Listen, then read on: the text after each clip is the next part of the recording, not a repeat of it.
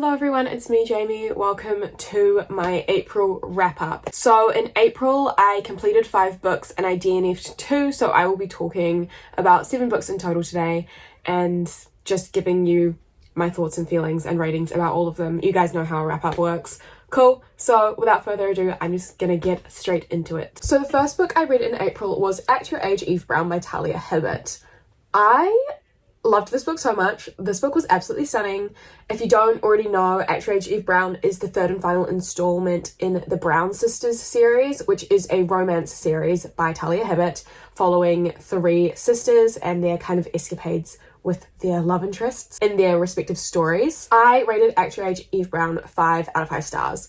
I thought this is probably my favourite one out of the trilogy. What I loved so much about it is that Eve was a really flawed character. She was, you know, this little rich girl who has been brought up very privileged in it. Well, she's also black living in the UK, but in terms of her wealth, she has been brought up like, you know, she's a wealthy girl. She's been brought up with a lot of support from her family. I just loved watching someone who was, you know, in their 20s struggling, because I just found that to be very relatable. I found Eve to be very relatable, the way she would get into these mishaps and just kind of act like a child.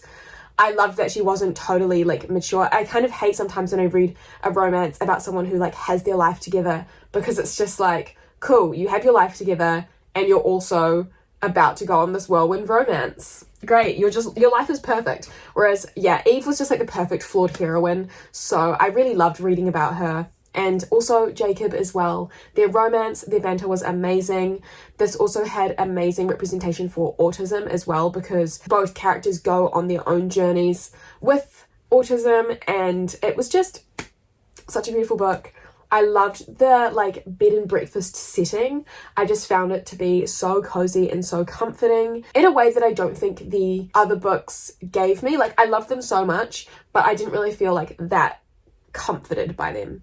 I'm doing them a disservice. I did feel comforted by them, but the setting in this one, I think, just took it to that extra mile for me. I think this book had like the best smut scenes as well. If you are reading romance for the sex, this is like top tier sex scenes, and I just loved it. Honestly, I wish I could say more about it, but it's hard when you just love a book so much and you have nothing negative to say. Like, I really wish I had something negative to say, but I don't. It was 5 out of 5 stars. I just love this romance book so much. If you are new to the romance genre, I definitely recommend checking out this series, but I don't think you need me to tell you that, because everyone loves these books. Everyone talks about these series, and I'm sure that you've heard of them before. I'm sure I'm not the first person to display these series to you. I actually read this book and the next book I'm going to talk about for a 48-hour readathon vlog where me, Chloe, Caitlin and Kevin read exclusively romance books. So I will link that down below if you want to like see my thoughts on this book in real time.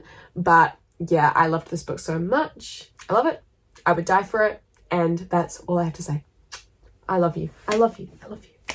Yeah. So the next book that I read in April, another 5-star read, another romance. It was actually a reread for me. It's Punk 57 by Penelope Douglas. This is a new adult dark romance. I first read it last year when I was first discovering the romance genre and really figuring out what I liked. And I remember really liking it at the time. But this reread just made me feel something that I didn't feel when I first read it. Like, it was just 5 out of 5 stars for me. I loved it. It's by no means a perfect book. Like, there are some lines that are cringe. There is some like story structure that's wrong. There is some like gross behavior from our main characters, but just the way I felt reading it for the second time and how much love I have for these 2 characters, I cannot give it anything less than 5 stars. I just adored this.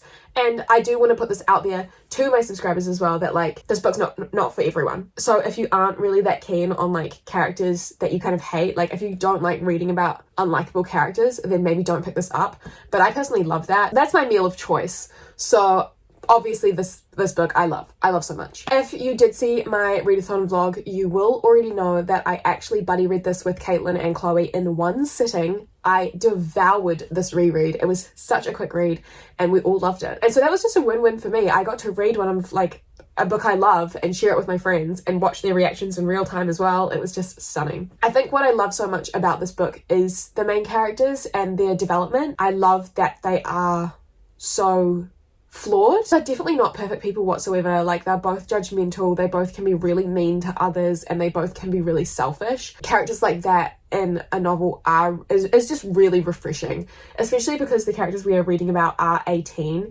and like I remember being 18 and I remember being an asshole. So, and I remember my friends being assholes as well. Like, I wouldn't say the story itself is realistic, but I feel like the characters they bring a sense of realism to the novel that we might not get in terms of like the plot or the romance or the sex scenes, to be honest. The one criticism I have is that like I didn't realize teenagers had sex like this. Like, it's just like, I know that teenagers have sex, I know that that's realistic, but like this girl was orgasming twice from an 18-year-old boy, sorry. I don't know about that, but it was still a really fun bit of escapism, and you know, the characters were just amazing. Can I shut up about how much I love the characters? Like, I just love them. I also love that our like female main character is this like blonde bitch cheerleader, like love to hate her, and then our male main character is like emo, he has a lip ring, he has tattoos. Honestly, I just love them. Is that one of my favorite tropes? Yes, probably the emo and the blonde princess. Exactly. Love this book. 5 out of 5 stars. Yes. The next book I read in April was actually an ARC that was given to me by the publisher. It has already been released though, but it is The Gilded Ones by Namina Fauna. Unfortunately, this is 2 out of 5 stars for me. I just really didn't care for it. This is a YA fantasy. It is the first in a new series. And I just think my issue with it for me is that it just didn't grip me at all. I think the plot was kind of all over the place. It was really, really promising within the first 100 pages, but after that it just kind of went downhill. So I really liked the world as it was building from the beginning, but as it developed more, I was just like, this is just a little bit too convoluted, and I don't think things are being set up well enough. I also think that like the world and the story could have been amazing, but I do also think the writing style really let it down. It wasn't interesting enough and it wasn't fun enough for me to be invested in learning more about the way this world works, especially for a YA fantasy. Usually with YA fantasies, that's where I go to get my like really fun escapism. Like, I'm expecting banter between characters, I'm expecting something to be just like a good time, and this just kind of like wasn't. It was just more of a slog to get through. I think the characters didn't really feel multi-dimensional to me, and I felt they were just very flat. You didn't really get to know them. They didn't really have any defining traits, and that wasn't helped by the fact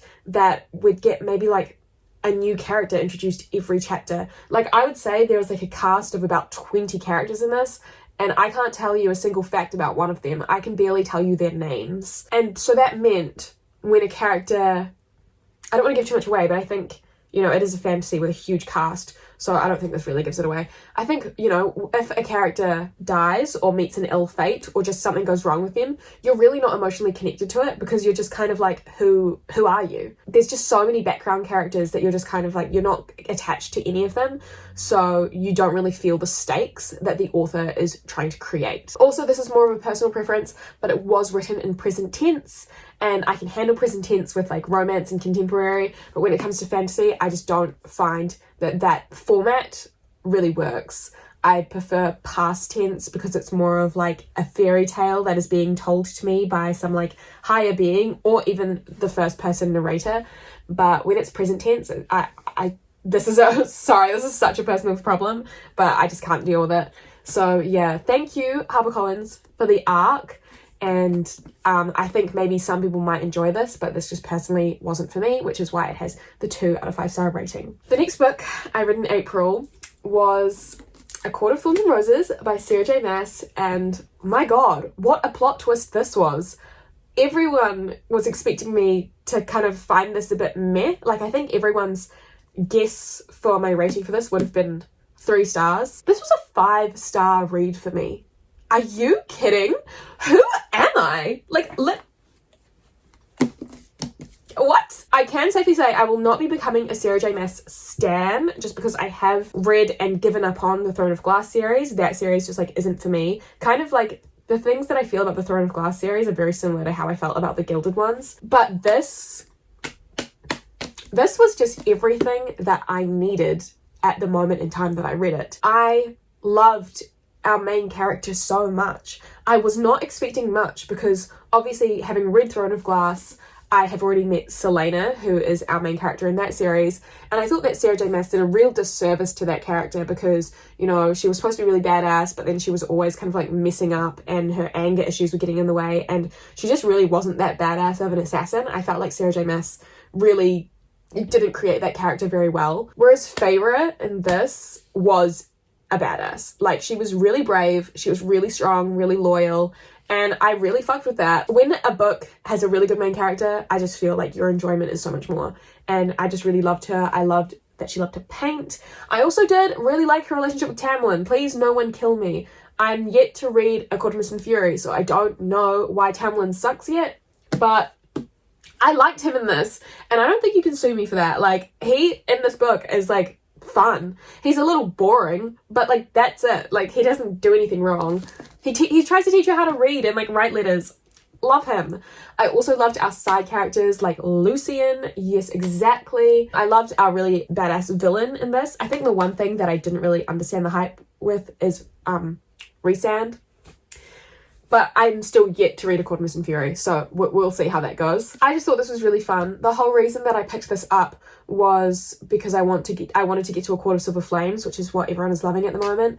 But now that I've read this, I'm just really, really excited to read every single book in the series because I wasn't anticipating it, loving it as much as I did. It was just the perfect fantasy escapism for me. I think this, along with like Six of Crows and some other books that I've read, are just like perfect YA fantasy. They're just kind of everything you need, that everything that you expect from it. And I just really liked it. I'm not going to go and write a dissertation on this. Like, I know that it's probably not perfect, but I still really enjoyed it and it just gave me everything that I wanted. So 5 out of 5 stars, the rating that no one expected, but I loved it. Sue me. Now, the next 2 books that I read are the ones that I DNF'd.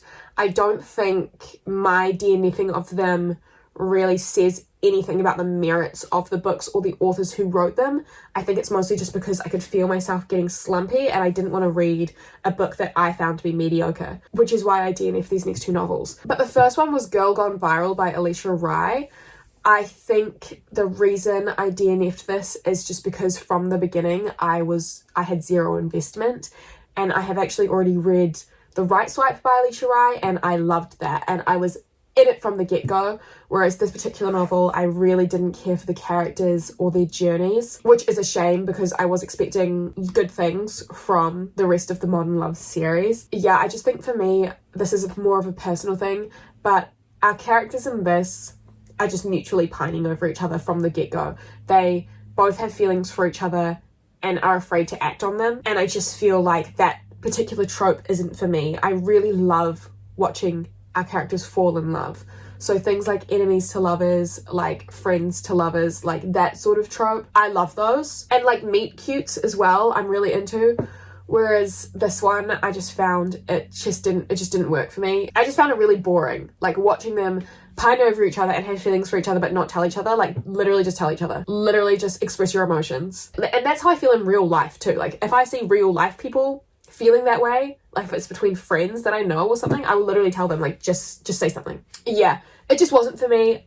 Kind of boring, didn't care, and I DNF'd it at exactly halfway, so I had read enough for me to know that I wasn't going to enjoy it, and I don't want to do this author a disservice by reading a book, not liking it, knowing that I wasn't going to like it by the time I finished it, and then giving it a bad review. So I just personally think this book wasn't for me. I still definitely recommend checking out the rest of Alicia Rai's works. I still will be reading more of Alicia Rai's books. I might read the 3rd book in this installment, but I'm not sure. But yeah, this was my DNF. And the next book I DNF'd was Air Awakens by Elise Cover. I think I got to maybe page 120 of this book. This is a YA fantasy, I believe. And again, it's just one that I wasn't invested in. I really didn't care for the characters or the world building. The synopsis was really promising. It's like elemental magic, like sorcerers, some like evil sorcerer, like, you know, taking this library apprentice under his wing, and she doesn't realize that she has magic, stuff like that. But the world didn't really speak to me. I didn't find the writing style to be particularly entertaining or interesting. Yeah, I read about 120 pages of this month, and I couldn't tell you a single thing that happens in them. No thoughts, head empty about this book, and I decided I wasn't going to waste any more time on it, especially because it was a library book which I needed to return. And sorry, this book is not worth the fines that I would accumulate if I had kept it to read it more. Yeah, this book just wasn't for me. I'm sure it might be for other people, but I've just read better fantasy books since then. And I might try something by Elise Cover again. If you have read Elise Cover before, I know she has a huge backlist. So let me know what books you think I should try out by her, if you think I should try this author. But yeah, I didn't really vibe with this one. It just didn't entertain me, and yeah, that's all. And the final book I read in April was Perfect on Paper by Sophie Gonzalez. This is a YA contemporary, and I rated it 3 out of 5 stars. This was on my most anticipated list for 2021 because of the bisexual main character, and I thought it would have the fake dating trope. It didn't, but that's still fine. I still think it's a really enjoyable read. It was a high 3 stars because there's really not that much wrong with it. It just didn't like wow me. I really loved our main character. I think she was really great, and she had a lot going on for her. What I didn't like is the other characters. I think our two main characters, sorry, so this little blonde bitch here, our main character, and then this dude, I like them. I think they were really great, but the side characters I kind of hated.